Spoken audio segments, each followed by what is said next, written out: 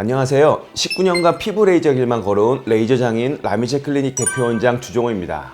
여드름 치료에는 골든타임이라는 게 있습니다. 이 시간을 놓치지 않고 잘만 대응하면 절대 얼굴에 흉터를 남기지 않고 잘 관리할 수 있습니다. 근데 많은 환자분들께서 여드름을 단순 피부 트러블, 이게 중요한 거 단순이에요. 쉽게 생각한다는 거죠. 잘못된 정보들을 필터링하지 않고 받아들이면서 딱 치료해야 될 그 골든타임을 놓치고 오신 경우가 많습니다.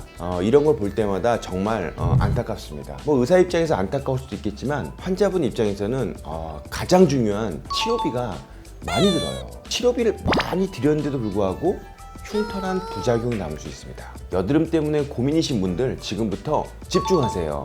여드름 관리에 있어 성패를 좌우할 피가 되고 살이 된 정보를 드리겠습니다. 여드름이란 쉽게 말해서 피지가 피부 표면으로 배출되지 못한 채 모공 속에서 세균이 침입하면서 나타나는 염증성 질환입니다. 그런데 이것을 치료 타이밍을 놓쳐서 만성으로 바뀌어서 만성 염증 질환으로 변하는 겁니다. 실제로는 만성 질환이라고 볼 수 없는데도 말이죠. 여드름의 원인은 여러 가지가 있는데요. 일단 유전적인 요인으로는 선천적으로 피지 분비량이 많은 경우가 있어요. 아무래도 여드름 발생 확률이 좀 높겠죠.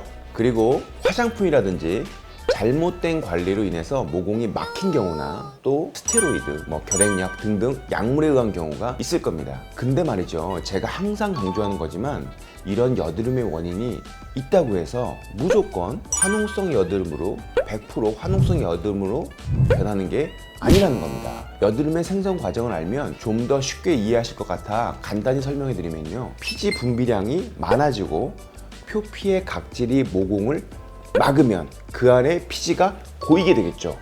이 고인 피지의 표면이 공기와 만나서 검게 산화되는 것이 바로 여러분이 싫어하시는 블랙헤드입니다. 보통 블랙헤드니 화이트헤드니 하는 것들을 싫어하는 이유가 일단 거뭇거뭇하고 울퉁불퉁한 게 보기 싫고 또 모공이 넓어지는 원인이 되기 때문이죠. 근데 한 가지 더, 절대 간과해서는 안 되는 게 이 녀석들이 여드름균의 좋은 번식 환경이 된다는 겁니다. 여드름을 일으키는 건 피아크네라고 하는 여드름 세균입니다. 모공 안에 들어가서 번식을 할 때 이 모공 속에 있는 피지들은 좋은 먹이가 되겠죠. 아무래도 모공 안에서 잘 먹고 잘 자란 여드름균 결국 모낭벽을 파괴하고 염증을 일으켜서 여드름을 만들게 됩니다. 쉽게 이해시켜 드린다면은 치아 뿌리에 세균이 살다가 고름이 생겨서 치아 뿌리를 녹인다고 생각하면 됩니다. 지금부터 여드름에 관해서 여러분이 꼭 알고 계셔야 할 3가지를 말씀드리겠습니다. 첫 번째는 모공 청소입니다. 항상 강조하는 거지만 모공 청소는 모든 피부 질환의 예방과 피부 관리의 기본이 되는 과정입니다. 여드름에 있어서는 여드름균을 살지 못하게 만들고 그런 원천적인 공간을 없애버리는 거죠. 선천적으로 피지 분비량이 많다? 그러면 더 열심히 청소해 주면 돼요. 유전이라서 타고나서 어쩔 수 없다고 포기를 하시면 안 됩니다.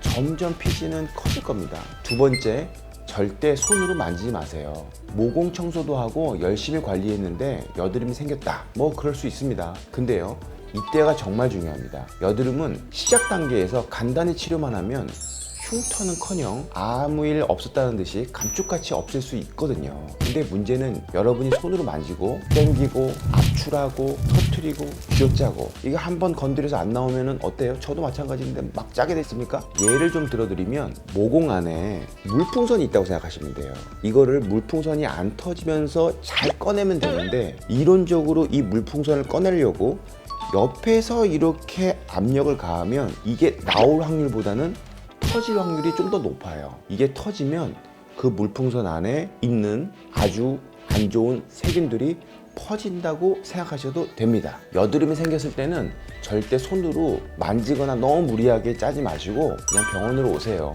여기까지가 바로 절대 놓치면 안 되는 골든타임입니다. 마지막으로 진짜 여러분에게 부탁드리고 싶은 건데요, 절대 자가 판단하지 마세요. 요즘은 인터넷만 통하면 엄청난 정보를 얻을 수 있는 시대라 여드름에 대한 잘못된 정보를 필터링 없이 접하게 되겠죠. 그리고 실제로 해보는 분들도 너무 많습니다. 하지만 부탁드리는데 너무 얼굴에 많은 실험은 하지 마세요. 여드름 치료는 여드름 유형에 따라 다르고 상태에 따라 다릅니다. 또 설령 치료 방법이 같다고 해도 각자의 피부성이라든가 재생 능력에 따라 결과가 좀 다르게 나타납니다. 절대 스스로 판단해서 치료하지 마시고요. 병원으로 오시면 되겠습니다. 특히 여성분들 중에는 의학적으로 민감성 피부가 아니고 지성 피부도 아닌데 스스로 민감성 피부라고 판단하시거나 계속 순한 화장품만 사용하시면서 버티거나 난 원래 지성 피부라 원래 잘 그러지 하면서 피지를 없애겠다고 과격한 클렌징만 열심히 하는 분들이 있어요. 이런 경우 실제로 진단해보면 건성이나 중성인 분들도 굉장히 많습니다.